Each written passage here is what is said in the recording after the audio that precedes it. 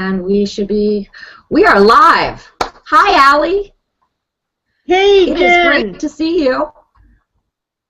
It's even greater to see me, I know. Oh. Well, I always love when you and I get a chance to talk because we laugh and we always have a good time together, and it's my favorite time when we get a chance to really get to connect live and in person, and it's so great to do that with you tonight. So I want to welcome everybody that's watching.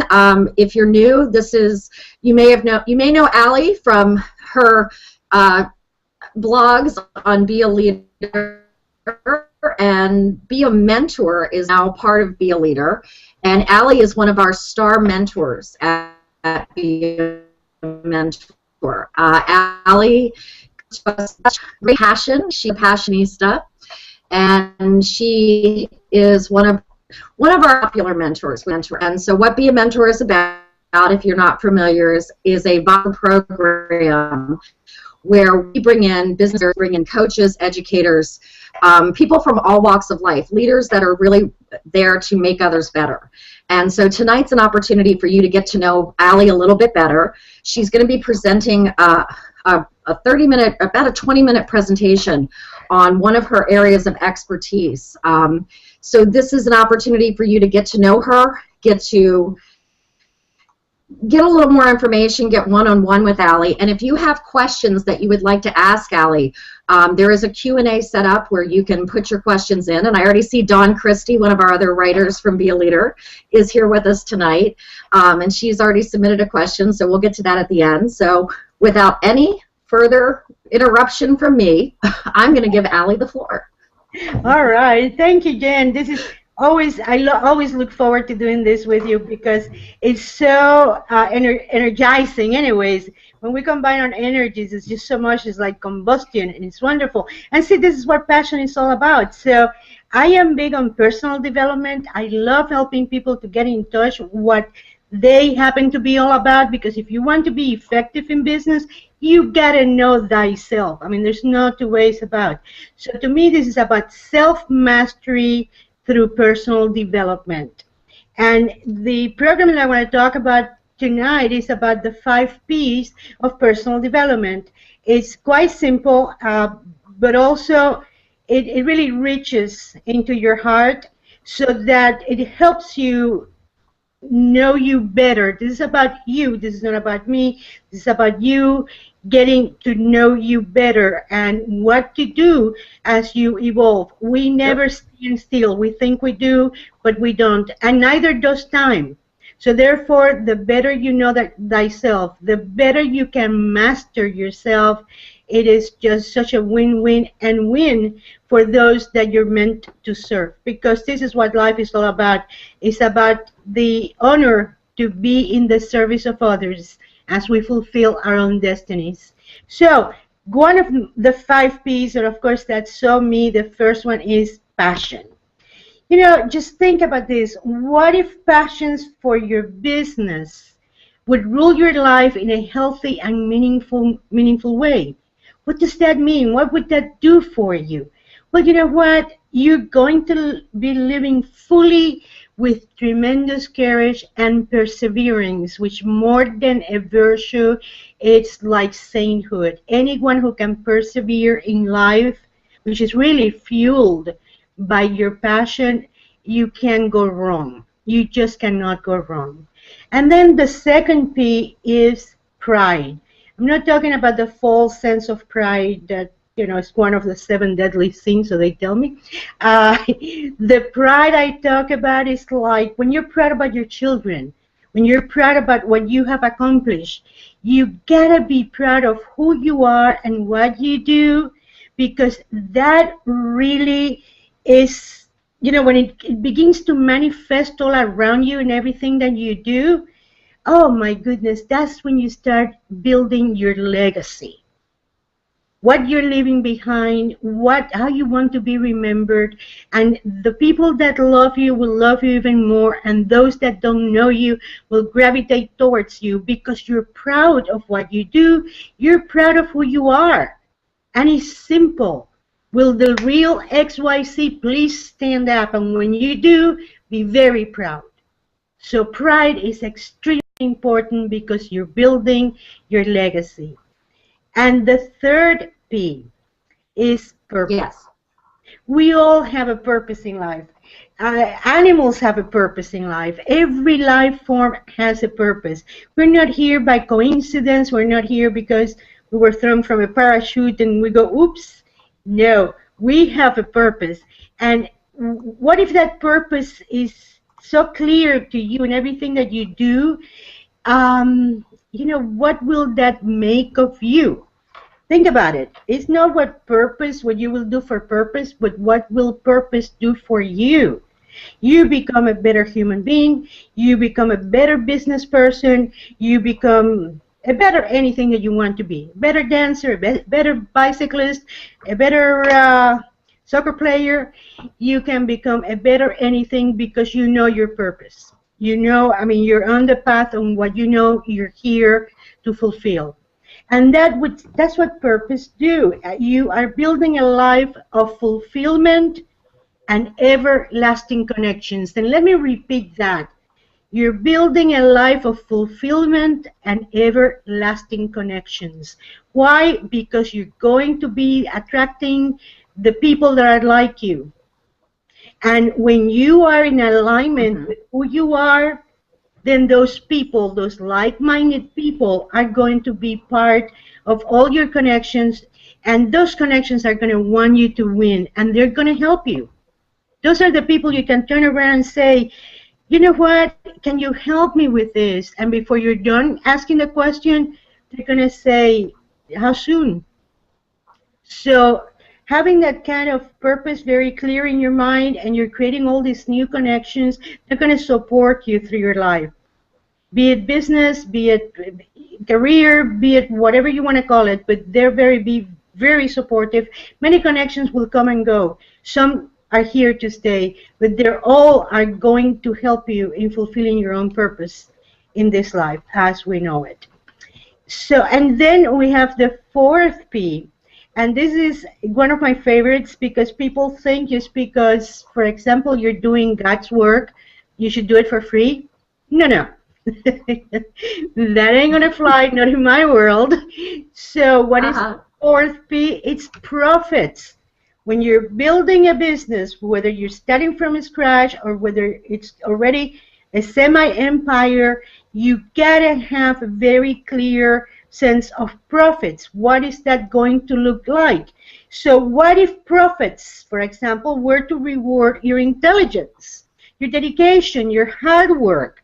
You gotta think about it. Yes, I'm here to make money. Even when I talk about passion, yeah, find your passion, but fund your passion. Because the first P without this fourth P, they gotta be in alignment. They gotta be all correlated. So what if profits were to reward your intelligence, dedication, and hard work? Well, you're building your business empire. It could be your career. You could be working for somebody else, but you could still be building that empire. And by the way, when you're working for somebody else and you're not self-employed but thinking of it, you still need to think like if you own the place. This is something I tell everybody.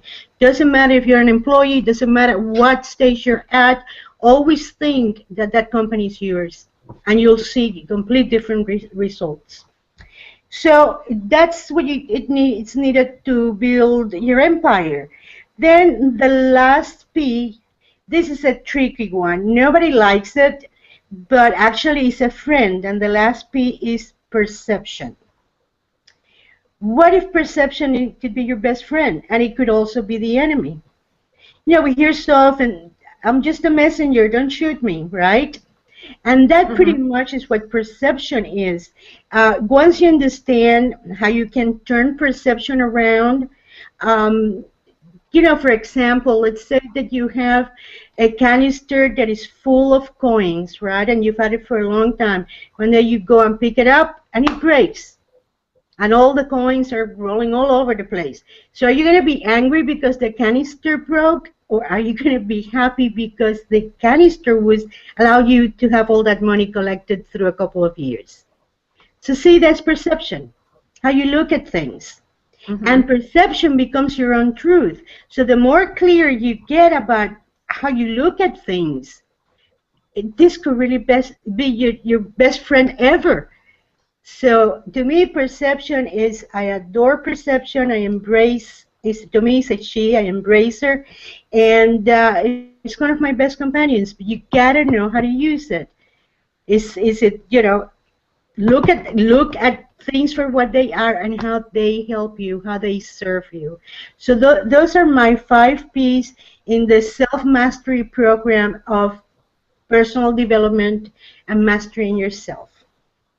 I like that. And this is something, the 5 P's, that you will work with mentors with, or mentees with. Yes. And you've done this successfully. Okay. Oh, very much so, yes. Because even on perception alone, how many people have actually made substantial mistakes and lost a lot of money simply because they were under the wrong assumption, and their perception was so different from what they thought they were going to be getting. I mean, we see this quite constantly, don't we? Yeah, I agree. And you have to own it. That's going to become your own truth anyway. Yeah, so you're absolutely right. Yeah, you have to make peace with it. You have to know how you're going to use it, and always to your advantage. Don't look at it as, the devil in disguise, because it isn't. Years ago, have you ever been to Mardi Gras in New Orleans? I have. No, my parents actually went, but yeah, tell me about it. Well, I've been there a few times, but I'll never forget my first time. And there was, of course, you see all the parties that are going on down Bourbon Street, and there was a guy that was dressed as a voodoo priest. And of course, when I looked at him, it just scared the daylights out of me, because it was scary, and he had all of the things and the dolls and this and that, and he was shaking this, shaking that, until about an hour later, I happened to go into a ladies' room, one of the hotels, and the guy happened to walk in, and he had wash off his face, and when I saw him, he was just a regular guy, and that's what got me thinking about perception. Man, when I saw him down on Bourbon Street, that guy really scared me silly.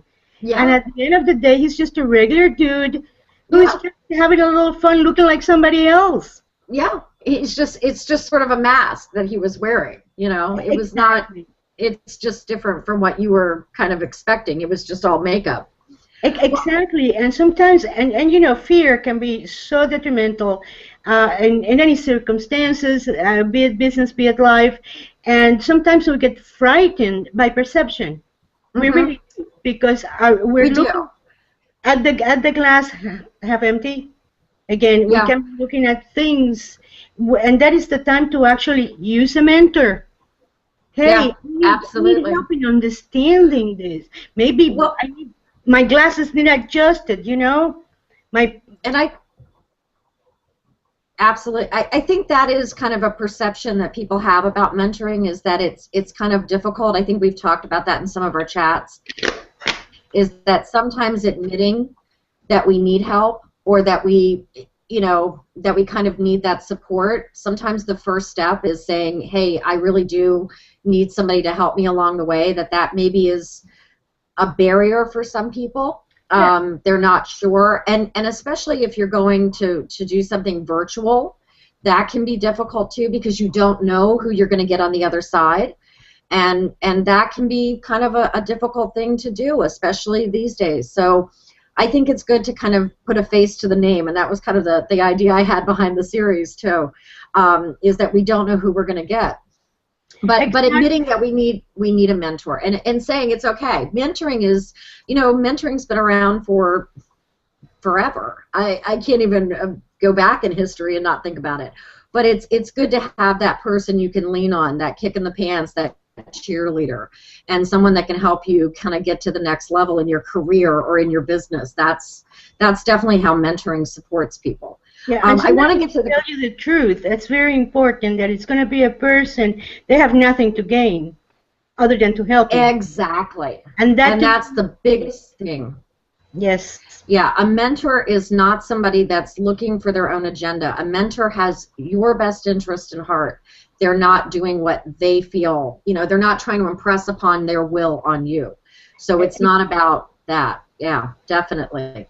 I want to get to Dawn and Amber Lee from Pioneer Outfitters. She has her question here. But we'll take Dawn's question first, and that is, what is your philosophy in being a mentor? A crazy one. Oh, I know, Dawn. I just couldn't resist that one. I can't imagine anyone that knows me in this group to expect me to be normal. It would be, grounds for being concerned.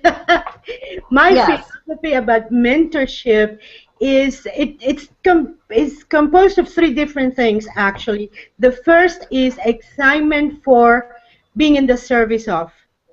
In other words, connect with that passion of yours and be excited about what you're going to do. Two is be completely deployed of ego. You leave that at the door. Ego has absolutely nothing out. If anything, it would be detrimental. Ego has no place in mentoring. Yes. And three, part of this this three-pronged philosophy is always do good. It's always on the best interest of the mentee. So it's almost like the Holy Trinity. Very simple, right? Yeah. You catch a match, 3 matches, there you have the Holy Trinity. And that's my philosophy, Dawn. I love it. I love it. Amber Lee. Okay, Amber Lee's question is, have you ever used or do you use any sort of online questionnaires that can help someone dig deeper, if only by answering honestly without thought, just by putting the answers down to key questions? So I think what she's getting at is, do you use online questionnaires? Do you use any kind of standardized kind of questions to kind of get at the root cause of the issues? I used to, and I did it for a while, about probably 5 years ago, and I didn't like it. And I created my own questionnaire. At first, I looked into others' questionnaires that made sense for coaching, and then I said, out to the hell with this, I'm going to create my own, just because I'm very intuitive. So I just went with my intuition to ask the questions and make everybody feel very much at ease. But people behind questionnaires, they can say anything they want. Yeah, and I was going to say that I've always found that to be a way they can kind of escape through. Yes. Mm-hmm. It's too easy to put down, yeah, that's what I want. Of course. Yeah, I mean, the only thing that I would say is that when you come into a mentoring situation, the one thing like we ask for is like the 3 targeted goals. What are the 3 things you're looking to do? That, I think you have to be really honest, is to say, you can't just go to a mentor and say, fix it. You can't, a mentor doesn't just fix things for you. Mm-hmm. They're not magicians. It's not just, I dream a genie and thank you very much. You have to do some self-assessment first. Yes. But I have found those questionnaires to be kind of not helpful because, like you said, it's easy for them to just, kind of lie through that.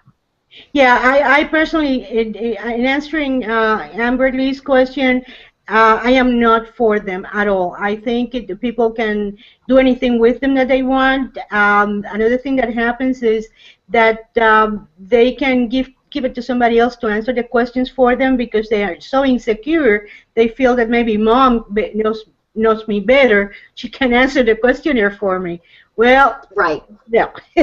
And I've had that happen. And I just felt, this kind of questionnaires, no. Yeah, what are the basic goals? Yeah, what would happen if whatever you want to achieve doesn't come to fruition? Yeah, that I'd like to know. But at the end of the day, aside from the goals, or who or what do you really need to get to where you want to go, it's a matter of get into the person. And we all know how to get into other people's head. You just got to get into that person's head. You Yeah, really do. I think when you first meet with a mentee and you're like having that first initial meeting, it's asking the right questions. It's really getting them comfortable, and it's not about talking so much as it's about listening. Because Listening. the things they're going to tell you through the questions is really, you're going to pick up the answers, that you're going to pick up what's really going on, and where you really need to focus your attention as the mentor. They're going to tell you. There may be some, even if you're doing it virtually and you can have that Skype conversation, sometimes even like you can do it on Google Hangouts. You might see some things in body language, and that kind of tells the story too. Would you agree? Yeah, to me it's very interesting because I've been doing so much of my own coaching through the telephone before, you know, this Skype, all this other thing. So my ear, it's really, I should have my ears insured because I have developed the ability to hear what they're saying without them knowing really that I can really read what they're saying. And yes, you have to ask the right question. Absolutely. But sometimes they will try to deceive you by saying something else, and I happen to know exactly what's behind that something else. So by the time I'm done with perhaps the first 3 questions in 15 minutes, I know that what she answered and what she thought she heard, or she wanted me to hear, or he, I heard what she really meant to say. And it's really the coolest of things. So the more you practice in the virtual world, be it like we're doing it here, I think face-to-face, I love it because we can see each other, we can see our movements, our eyes, our expressions, and or over the phone when you hear the audio, when you hear people talk, their pitch goes up and down and sideways. And once you get that kind of practice, you really know when they're telling you the truth or when they're telling you something that they want you to know but they're not ready to tell you yet. Which there is something in the voice. Yeah, there's definitely voice inflection that gives it away. Yes. I agree. Well, we're almost out of time, so I just want to kind of wrap things up. I know, this was quick, wasn't it? I can't believe it. So I want to tell people where they can find you. There's going to be a slide share after this, which we'll have posted on my Google page. It'll be posted on the Be a Mentor page for Ali Rodriguez, so you'll be able to connect with Ali through Be a Mentor. It also has all of Ali's social platforms. You can reach her on Google+, on Twitter. She's Ali4Coach, so you can, and she's all over Twitter. She also does by the way, can I tell them your hashtag? I love it. Yes. It's intellectual cleavage. Yes. And you can see her every Wednesday, 3 o'clock on Twitter. And she has her own tweet chat. She also comes to Be a Leader, which is on Tuesday nights. You can also see her on the 10th of every month is when her blog came out. In fact, today she has a great blog, which you'll want to catch. It's about the cat in the mirror, which I love. But you can catch Ali in many places. But mainly, if you want to connect with Ali as a volunteer mentor, she is volunteering, and you can connect with her at the Be a Mentor website, which you can go to www.changeyourgamebealeader.com, and you'll see the Be a Mentor link, and you can connect to Ali through that page. So I want to thank you, Ali, for taking the time tonight. This was incredible. You kicked off our series. I can't wait to find out how everybody liked it, because I know you did a great job. Thank you. And, love the hashtag. So who was that? Oh, Sherry. Thank you, Sherry. Sherry, thank you. So we will be back. We'll have a new mentor. I think it's going to be, I'm not sure yet, but we'll see. I think it's going to be on Sunday, April 27th. So we will see you back for that. And Ali, thank you. You did a great job. Thank you so much, Jen, and thank you everybody for watching. Much love to all. Thank you. Bye-bye.